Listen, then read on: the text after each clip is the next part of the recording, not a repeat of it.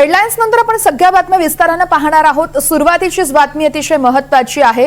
मुंबई महानगरपालिकेने टँकर संघटनेविरोधात आता चांगलीच कडक भूमिका घेतली आहे। विहिरी, बोरवेल सर्व ताब्यात घेण्याच्या हालचाली प्रशासनाकडून सुरू आहेत। तात्काळ आपत्कालीन व्यवस्थापनांतर्गत सर्व ताब्यात घ्यायच्या हालचाली सुरू असल्याचं सूत्रांकडून कळतंय। खासगी टँकर चालक यांच्या आडमुठ्या भूमिकेनंतर बीएमसीचा एक मोठा निर्णय बघायला मिळतोय। या संदर्भात सागर कुलकर्णी आमचे प्रतिनिधी आपल्याला सविस्तर माहिती देत आहेत। सागर, नेमकं पालिकेकडून काय कडक भूमिका घेण्यात आली आहे?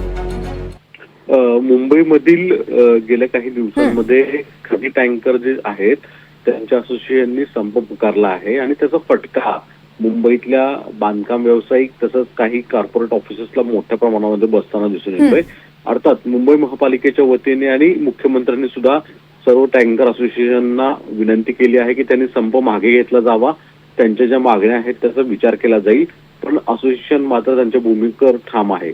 यानंतर मुंबई महापालिका प्रशासनाच्या वतीने एनडीटीव्हीला माहिती मिळालेली आहे की या सर्व मुंबईमधील जे टँकर्स आहेत आणि ज्या विहिरीमध्ये हे पाण्याचा उपसा करतायत या सर्व आपत्कालीन विभाग अंतर्गत कायद्याच्या 2005च्या अंतर्गत आता ताब्यात घेतले जाणार आहेत। यामुळे उद्यापासून मुंबई महापालिका या सर्व गोष्टींवर नियंत्रण करेल आणि सर्व मुंबई महापालिकेच्या वतीने आता इतर ठिकाणी पाणी व्यवस्थेचं जे टँकर आहे त्याचं नियोजन केलं जाणार आहे।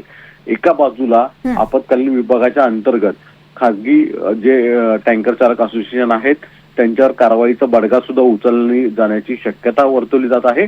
दुसरीकडे ज्या विहिरी आहेत की ज्याच्यामधून अनेक ठिकाणी बेकायदेशीर पद्धतीने पाण्याचा उपसा केला जातोय याच्यावरही निर्बंध लावला जाईल असं म्हटलं जातं। एकूणच खासगी टँकर चालकांच्या असोसिएशनची जी आडमुठी भूमिका आहे या विरुद्ध आता मुंबई महापालिकेच्या वतीने प्रशासनाच्या वतीने कठोर पावलं उचलताना दिसून येत आहेत। निश्चितच त्यामुळे आता पालिकेच्या या भूमिकेनंतर आता टँकर संघटनेकडून नेमकी काय भूमिका जाहीर केली जाते हे पाहणं अतिशय महत्त्वाचं आहे। सागर, धन्यवाद दिलेल्या माहितीसाठी।